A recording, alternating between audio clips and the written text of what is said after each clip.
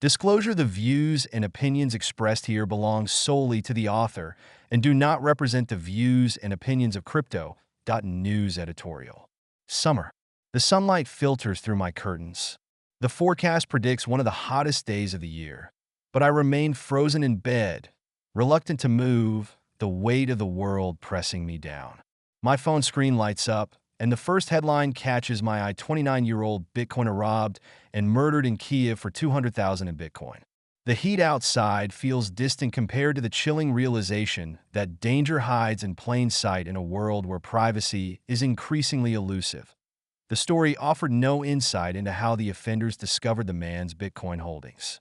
However, the alleged attackers have been charged with premeditated murder, robbery, and concealment, suggesting that they managed to track and know sensitive information about the victim's BTC.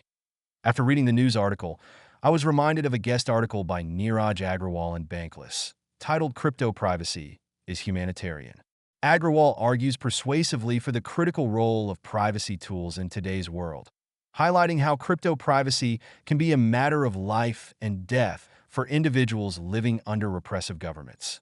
He gives various examples where the ability to maintain privacy through cryptocurrency has provided a vital means of escaping oppressive financial restrictions enforced by powerful intermediaries.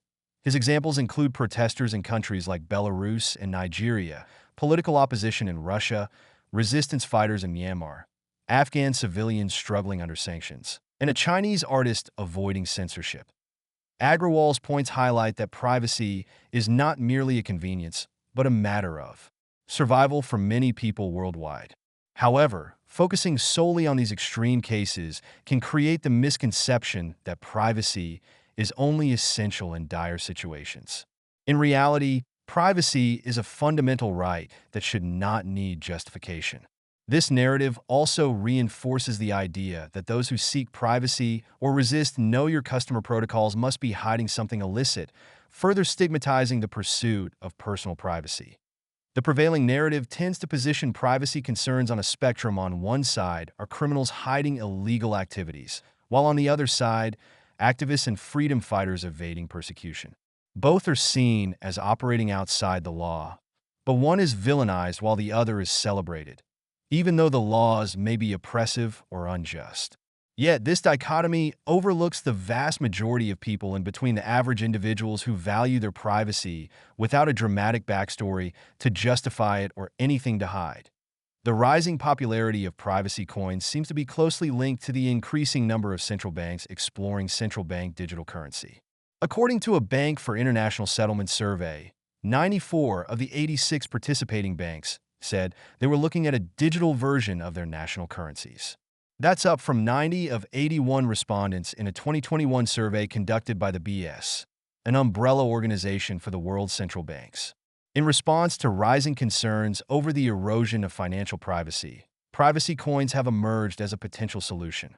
Furthermore, privacy coins mainly gain media attention only when our privacy is infringed.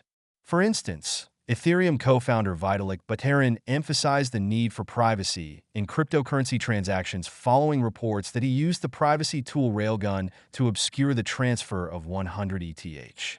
According to Wu Blockchain, which cited data from Arkham Intelligence, Buterin had been gradually interacting with the privacy tool over the past 6 months, using smaller amounts of ETH.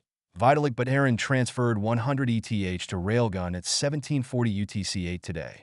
Railgun is an EVM privacy protocol that enables DeFi private transactions. Over the past 6 months, Vitalik Buterin has been interacting with the Railgun using small following the news of Buterin's actions. Privacy-focused digital assets, such as Monero, saw an immediate spike in value, with an average price increase of more than 5.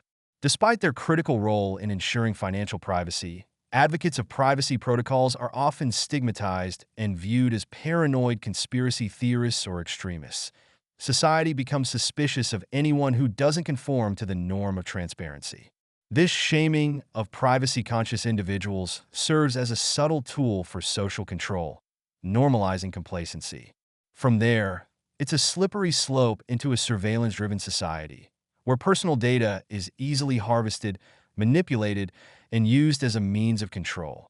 Illicit activity remains a concern within the crypto world, with some harmful to honest users such as scams and hacks, while other actions, like circumventing government-imposed capital controls, may seem to challenge unfair systems. Critics of privacy coins often focus on their use in illicit activities, but they fail to put this issue into a broader context. Blaming the tools rather than addressing the underlying human behaviors misses the point. Illicit activities have been happening for centuries and are not specific to any particular technology. While crypto may be used for unlawful purposes, these actions would persist with or without it. The focus should be on addressing the root causes of these problems, not demonizing the tools themselves. According to the UN Office on Drugs and Crime, traditional financial systems are responsible for as much as $2 trillion annually in money laundering, a figure comparable to almost the total market capitalization of all cryptocurrencies. Additionally, over 99.9999% of Bitcoin transactions occur on exchanges that adhere to anti-money laundering regulations. In January 2023, Chainalysis reported that cryptocurrency transactions tied to illicit addresses totaled 24.2 billion, making up just 0.34% of the total crypto transaction volume for that year. This marked a decline from 2022, when illicit activity accounted for 39.6 billion, or 0.42% of transactions. One challenge in analyzing the extent of illicit activity is the distinction between crypto holders and those actively using it for transactions. Many users acquire BTC simply to hold for long-term investment, meaning a higher percentage of active users may be involved in illicit transactions. This discrepancy adds complexity to the ongoing debate on crypto regulation. However, it's ludicrous to argue that the majority of privacy coin holders are engaged in illegal activities. This narrative undermines the core principles driving many Web3 natives: the freedom of essential human rights, and privacy being one of them. For these individuals, privacy is not just a shield against bad actors or invasive authorities, it is a form of liberation, a way to reclaim autonomy over their personal data and transactions.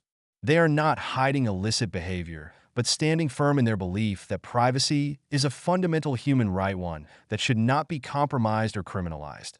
The idea that seeking privacy implies wrongdoing is a dangerous oversimplification.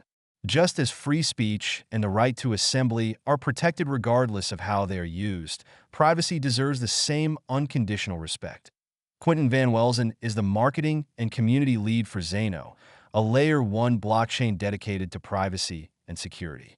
With a career spanning over 5 years in the crypto industry, Quentin has dedicated himself to advancing blockchain technologies and their applications for privacy enhancement. Originally from the Netherlands, Quentin entered the crypto space in 2017, driven by a profound interest in blockchain technology and its potential to revolutionize various digital privacy and security aspects. Quentin's work at Zano involves not only promoting these technical strengths, but also fostering a robust and informed community around Zano's innovations.